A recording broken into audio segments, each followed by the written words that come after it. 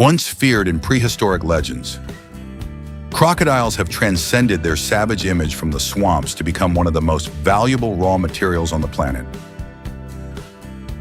Not only do they provide protein-rich meat, but their rugged skin has become the lifeblood of luxury fashion brands, contributing to a multi-billion-dollar industry each year.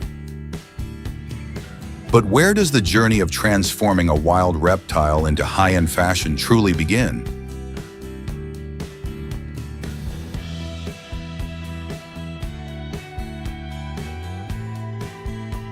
It all begins on vast, modern crocodile farms, where tens of thousands of animals are raised under strictly controlled conditions. Every stage of a crocodile's life is carefully managed, from the moment it is a fragile egg to when it becomes a finished product. The process of breeding, slaughtering, and processing demands close coordination between skilled workers, advanced machinery, and stringent animal welfare standards. Today, crocodile farming has advanced significantly in more than 30 countries. Major hubs like Thailand, Australia, South Africa, the United States, and China operate large-scale farms that raise tens of thousands of crocodiles, spanning from several dozen to hundreds of thousands of square meters. Each farm is scientifically designed to ensure the safe and uniform growth of the entire population.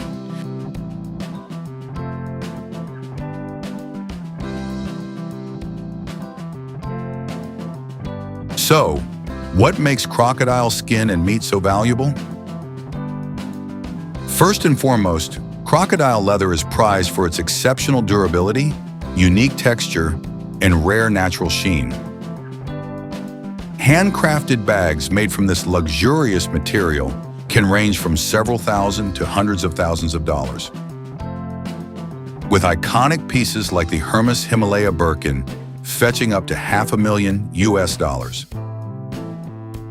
Meanwhile, crocodile meat, especially the tail, is highly sought after for its high protein content, low fat, and distinct, delicate flavor.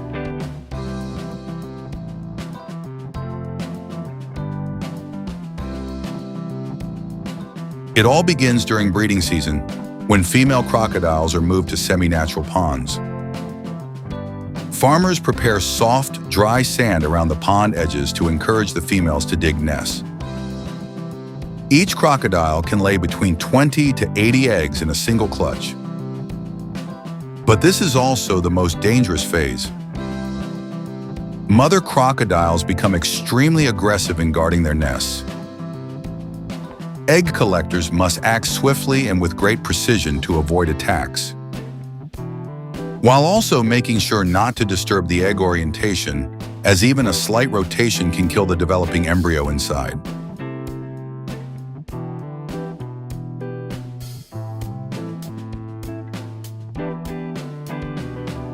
The eggs are then gently cleaned and placed into special incubation trays, where humidity and temperature are carefully controlled.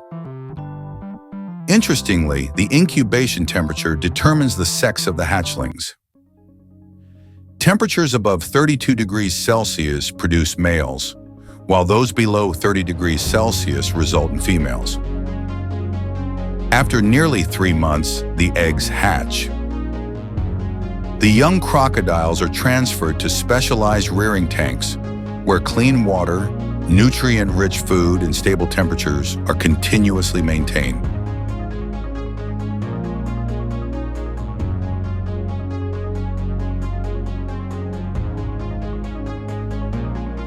In the early stages, their diet typically consists of chicken meat, small fish, or high-protein commercial feed to promote rapid growth.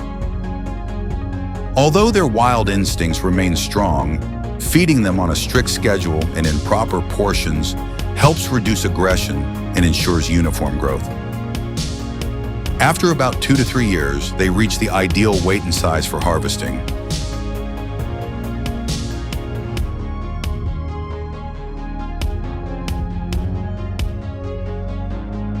Before slaughter, crocodiles are anesthetized using electricity or by a blow to the head.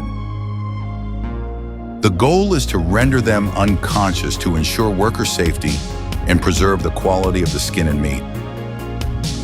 Afterward, the crocodiles are securely tied and transported to the processing plant using specialized vehicles.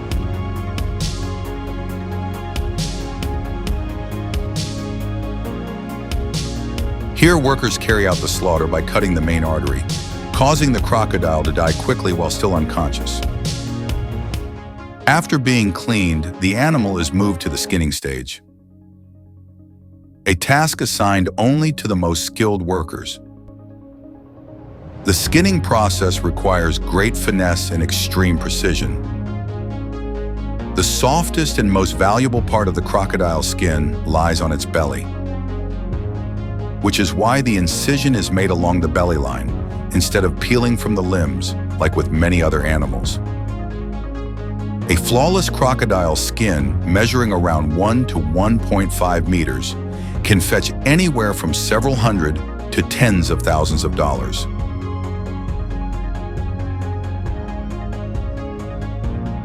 The remaining parts of the crocodile, including the meat and bones, are processed in the food production area.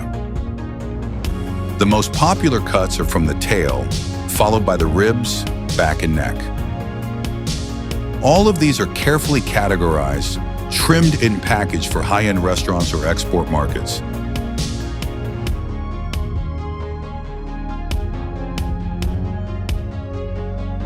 Meanwhile, the crocodile skin embarks on a completely different journey.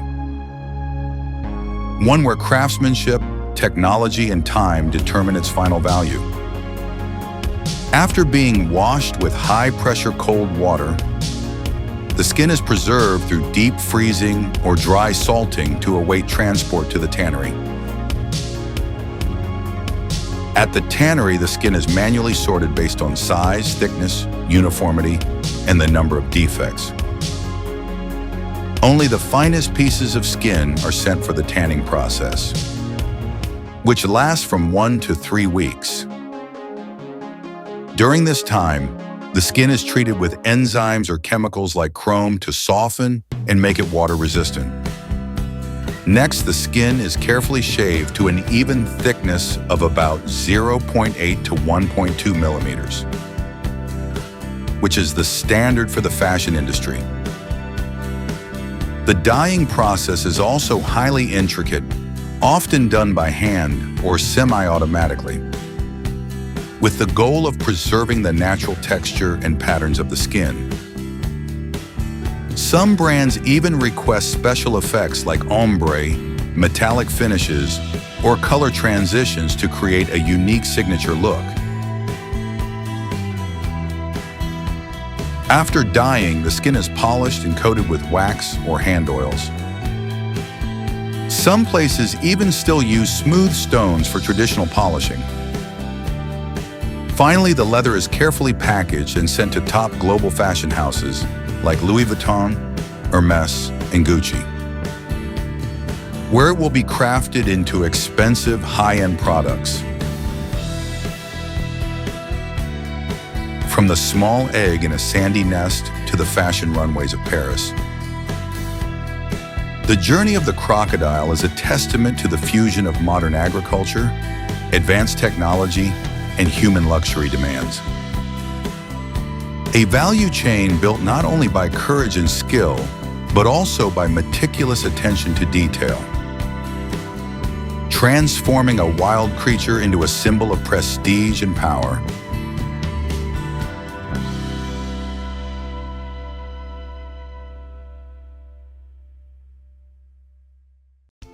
In the deep waters of the Pacific Ocean, an unending journey unfolds. Bluefin tuna, powerful ocean predators, swim tirelessly day and night, following warm ocean currents. Each year, they travel thousands of kilometers in search of food and breeding grounds. Along the way, they become targets for both traditional fishermen and modern industrial fishing fleets. But the tuna's adventure doesn't end in the open sea. It continues through high-tech aquaculture farms, into processing factories, and finally, into the cans we open during everyday meals. So what exactly does that journey look like? Let's dive in and explore it together.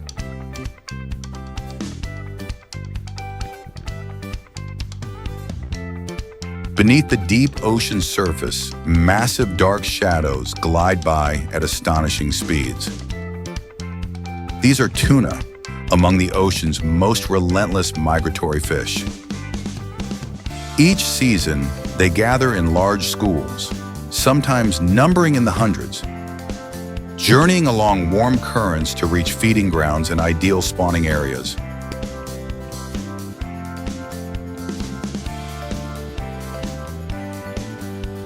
Fishermen have mastered this natural pattern.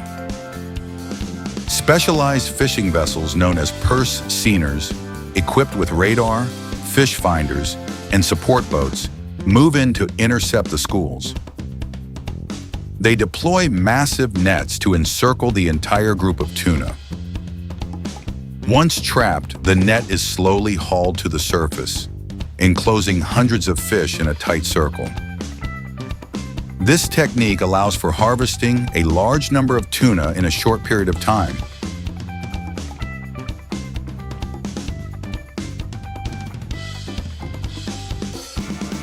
A striking figure. Each year, over 5 million tons of tuna are caught worldwide, equivalent to the weight of more than 800,000 adult elephants. Yet alongside industrial fleets, traditional methods like hand lining still persist. Fishermen use long lines with live bait, dropped precisely where tuna are actively feeding. Though slower, this method yields the highest quality fish. Highly prized in upscale markets and gourmet restaurants.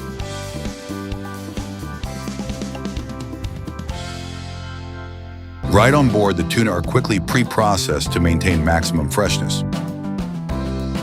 They're either packed in ice or placed into deep freeze storage, kept at temperatures below 0 degrees Celsius until they reach the port.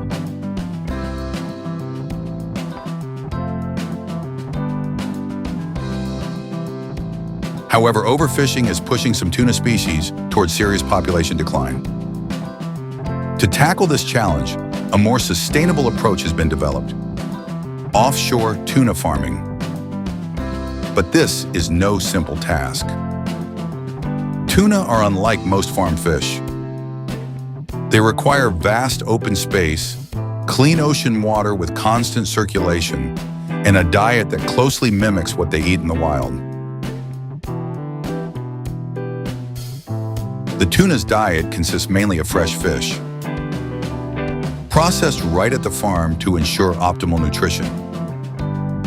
The farming process takes between 6 months to a full year, allowing the fish to reach their ideal weight, typically between 40 and 100 kilograms.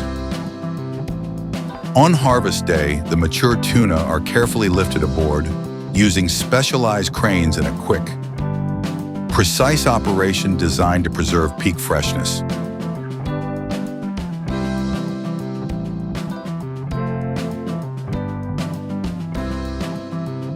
So how does a freshly caught tuna end up neatly packed in a can on a supermarket shelf? Once the fish arrive at the processing plant, the first step is sorting. Each tuna is categorized by size, weight, and quality. Then comes the cutting stage. Instead of manual labor, the fish are sent through high-speed cutting machines. In just a few seconds, the tuna are beheaded, the tails removed, and the bodies sliced into uniform fillets with impressive precision. Next, the tuna is steamed at precise temperatures to ensure it's thoroughly cooked while preserving its natural flavor and tender texture. After steaming, it is quickly cooled to halt the cooking process and lock in nutrients. At this stage, a final cleaning takes place. Skilled workers carefully remove any remaining skin and sinew, leaving behind only the smooth, white meat. The fillets are then trimmed into perfectly uniform portions, ready for canning.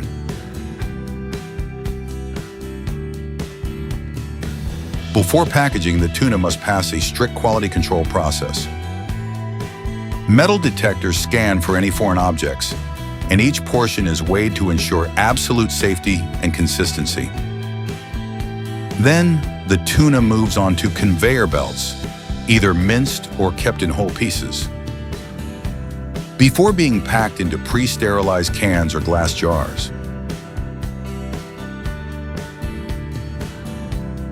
Cooking oil or brine is added depending on the type of product, not only to enhance the flavor, but also to help preserve the tuna for long-term storage.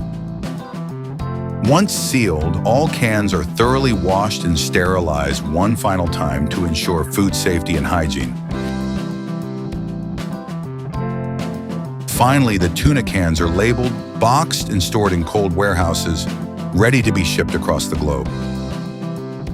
It may sound unbelievable, but a large factory can produce over 500,000 cans of tuna per day, equivalent to 500,000 meals prepared daily, all from a single production line.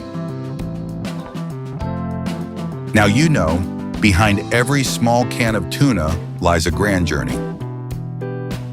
A story that connects the vast ocean, cutting-edge technology, and human craftsmanship. When you open a can of tuna, you're not just opening a meal.